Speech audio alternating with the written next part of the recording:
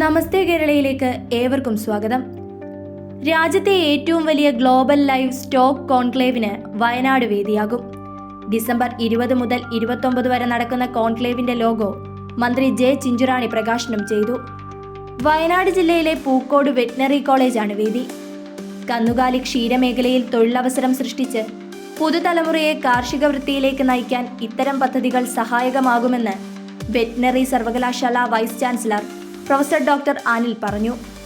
Kerala veterinary and animal science university director doctor TS. Rajeev പദ്ധതി വിശദീകരിച്ചു.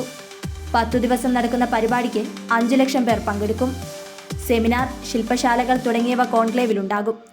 വിശദ വിവരങ്ങൾക്ക് 9895088388 എന്ന നമ്പറുമായി ബന്ധപ്പെടുക. News bureau, Thiruvananthapuram.